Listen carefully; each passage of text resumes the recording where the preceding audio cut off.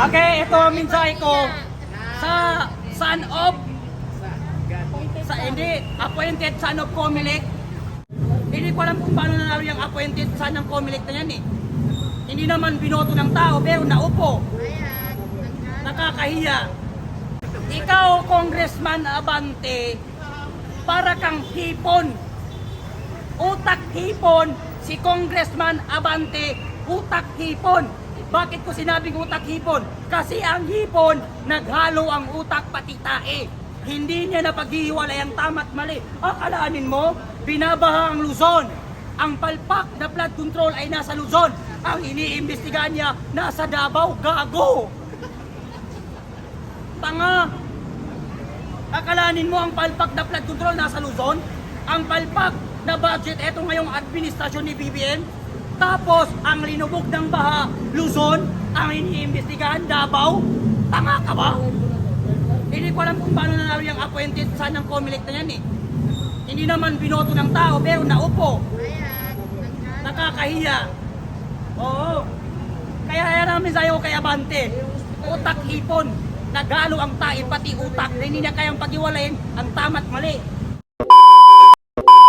Ang patutunguhan ng investigasyon nila ngayon, habang sinasabi ng tagapagsalita ng Malacanang na si Claire Castro na gumagawa sila ng pinakamalaking investigasyon para mahanap at kung sino ang mga nagdako ng kaban ng bayan.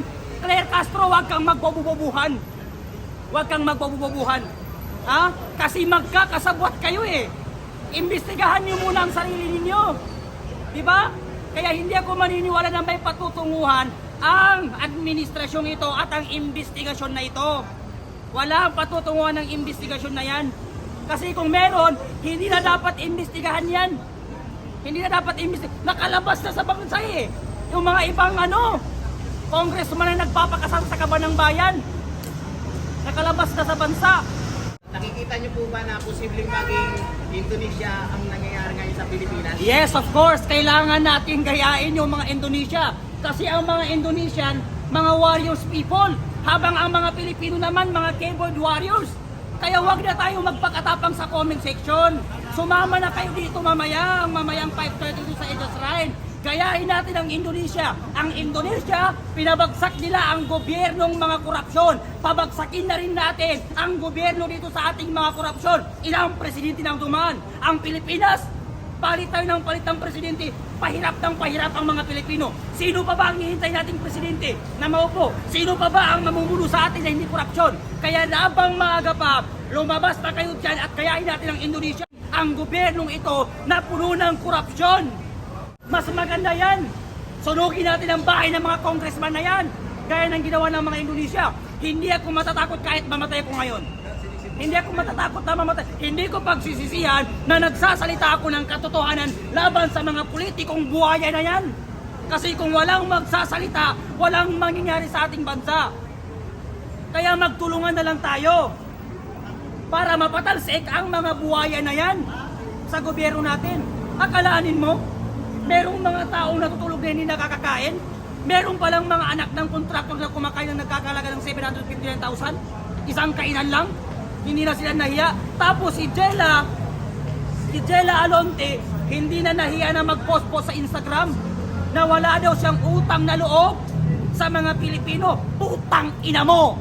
Ang mga anak ng kontraktor na hindi nahihiya kumain sa kaban ng bayan, gago, inutil, tarantado, putang ina niyong lahat. Yan ang dapat sa inyo, minumura kayo. Kaya uulitin ko, sa mga anak ng kontraktor at sa mga kontraktor at politiko ng mga buhaya, gago, inutil, tanga, tarantado. Yan ang dapat sa inyo. Kaya lumabas na kayo, gayain natin ang Indonesia. Oo, hindi tayo dapat matakot sa kanila. Hindi tayo dapat matakot sa politiko na mga kurakot. Bakit? Hindi sila magiging congressman, hindi sila mauupo sa posisyon kung hindi dahil sa atin. Kinakailangan nila tayo. Pag oras na ng butante, pag eleksyon, hinahanap ang mahihirap. Pag ako ang nanalo, ibibigay ko ang lahat ang gusto ninyo. Merong libreng medical, merong libreng bigas. Pero pag naupo ang mga putang inang kurakot na yan, after election, hindi nila tayo naaalala. Hindi nyo ba napapansin? McDo lang ang papasukan mo? Drug test, medical, lahat kailangan. Pero pag politiko, kahit walang natapos, kahit drug addict, tinatanggap nila. Kaya ako, agree ako sa panukalang batas ni Senator Robin Hood Padilla na death penalty sa lahat ng mapapatunayan na kurakot at mga positive sa drug. Pero bakit hindi nila inaaproban? Bakit hindi inaaproban ng administrasyon ngayon? Kasi alam natin na Pangulo mismo natin, drug addict. Addict. Sir, ano naman masasabi mo kay Benny Abante? Okay, ito ang mensahe ko sa son of hindi, appointed son of Comelec. Ikaw, Congressman Abante, para kang hipon. Utak hipon, si Congressman Abante, utak hipon. Bakit ko sinabing utak hipon? Kasi ang hipon, naghalo ang utak pati tae. Hindi niya napaghihiwalay ang tama at mali. Akalanin mo, binabaha ang Luzon. Ang palpak na flood control ay nasa Luzon. Ang iniimbestigahan niya, nasa Davao. Gago! Tanga! Akalanin mo ang palpak na flood control nasa Luzon? Ang palpak na budget, eto ngayong administrasyon ni BBM. Tapos, ang linubog ng baha, Luzon, ang iniimbestigahan, Davao. Tanga ka ba? Hindi ko alam kung paano nanalo yung appointed son ng Comelec na yan eh. Hindi naman binoto ng tao, pero naupo.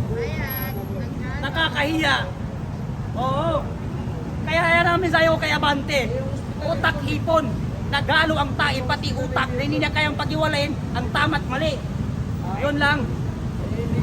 Pero opinion mo na ayaw niyang ipatawag si Magalong si Senate doon sa House of Representatives. Sino?